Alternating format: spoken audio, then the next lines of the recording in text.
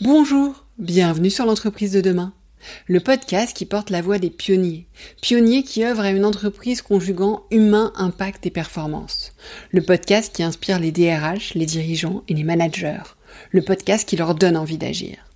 Je suis Delphine Zanelli, conférencière, formatrice et facilitatrice, experte sur le développement du leadership. Je vous propose, comme chaque été, une capsule dans laquelle je donne la parole à des auditeurs, des auditrices, des podcasteurs et des podcastrices. Je leur ai proposé cette année de partager leurs recommandations de lecture pour développer son leadership. Ouvrages récents, anciens, romans ou autres, leurs propositions sont éclectiques et inspirantes, à l'image de mes invités dans le podcast. Je vous souhaite une bonne écoute, une belle découverte et un bon été. Salut, c'est Delphine Darnavon, business coach et hôte du podcast Powerful Club. Powerful Club, c'est le podcast qui décrypte les stratégies business des entrepreneuses à succès, de celles qui ont déjà réussi, qui nous pavent le chemin et qui ont envie de pousser plus de flammes dans cette direction. Des livres sur le leadership, j'ai dû en lire une bonne dizaine tellement le sujet me fascine, mais celui que j'ai préféré, et sans surprise, il parle de leadership féminin, c'est En avant toute de Sheryl Sandberg. Je l'offrais même à mes stagiaires quand j'étais encore salariée. Sheryl Sandberg a travaillé au sein des géants de la Silicon Valley comme Google ou Facebook et est très engagée pour que les femmes prennent position dans leur carrière professionnelle et dans leur vie. Ce livre, c'est une masterclass de la première à la dernière ligne. Mais l'idée majoritaire qu'il faut en retenir, c'est qu'en tant que femme, on doit prendre notre place à table. C'est l'idée, ou plutôt le conseil affirmé de Sheryl, qui nous explique que c'est notre responsabilité de s'affirmer et d'oser prendre de la place. Les femmes se feront toujours plus couper la parole, comme elles resteront toujours plus en retrait qu'un homme. Pour autant, notre parole et nos avis valent autant que ceux de nos collègues masculins. Arrêtons de nous faire petites et prenons notre place à table. Alors me voici pour vous ajouter une petite note complémentaire à la recommandation de Delphine, puisqu'elle a fait une recommandation qui résonne fortement pour moi, parce que ce livre, je l'ai lu il y a à peu près une grosse dizaine d'années, et il a résonné très fort et il a donné lieu à beaucoup de changements dans ma vie. Donc je vais vous expliquer pourquoi, et le podcast en fait partie.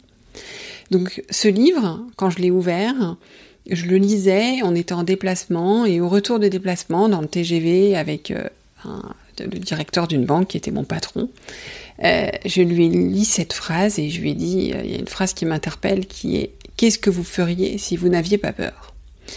Et là, ça a donné lieu à un échange entre nous deux, tout le voyage, aussi bien pour lui que pour moi, et donc ça a commencé à poser des graines. La deuxième étape, la deuxième histoire avec ce livre, c'est que quelques années après, on a décidé avec mon mari, il a eu une opportunité de partir travailler à Annecy, et donc on a décidé de partir à Annecy, et j'ai décidé d'en profiter pour me mettre à mon compte, pour pouvoir continuer mon métier, mais le proposer à des entreprises de plus petite taille que là où je travaillais. Et donc j'arrivais en Haute-Savoie, je connaissais personne ou presque, je devais me constituer un réseau, développer un business, et j'avais vraiment besoin de support, j'avais besoin d'un cercle d'entraide. Et Sheryl Sandberg, donc elle en parle dans son livre, mais elle a créé, ou je sais plus si elle en parle dans son livre, mais en tout cas elle a créé les cercles Lean-In, et je me suis dit, tiens, c'est une bonne idée, je vais prendre appui sur cette méthodologie qui était à disposition pour créer mon cercle d'entraide. Et donc j'ai demandé aux 3-4 premières femmes que j'avais rencontrées, parce que c'était entre femmes, si elles étaient ok pour se lancer dans l'aventure. L'une d'elles était sceptique en me disant, tu sais, moi les trucs entre femmes, bof, mais allez, je suis ok pour t'aider, donc je suis prête à me lancer dans l'aventure. Je leur ai demandé à chacune d'inviter une personne de leur connaissance, pas forcément du tout une amie, une personne de leur connaissance, pour qu'on soit en fait 9, c'est-à-dire elle était 4, ça faisait 4 et 4, 8, plus ou moins 9. Et on a commencé à créer ce cercle. C'était intéressant parce qu'il y avait à la fois des personnes salariées, des personnes comme moi qui se mettaient à leur compte, une commerçante, une professeure de yoga. Enfin, ce qui était intéressant pour moi, c'était l'éclectisme. Je crois que vous avez peut-être compris, si vous écoutez mon podcast, que c'est quelque chose qui me parle beaucoup. Et donc, on a commencé ce cercle, on était 9. Et ce qui est intéressant, c'est que donc ce cercle a fait des petits. Et quand je suis partie de Haute-Savoie 4 ans après, ou 3 ans après avoir commencé le premier cercle, parce que je l'ai commencé au bout d'1 an, eh bien nous y étions plus de 100.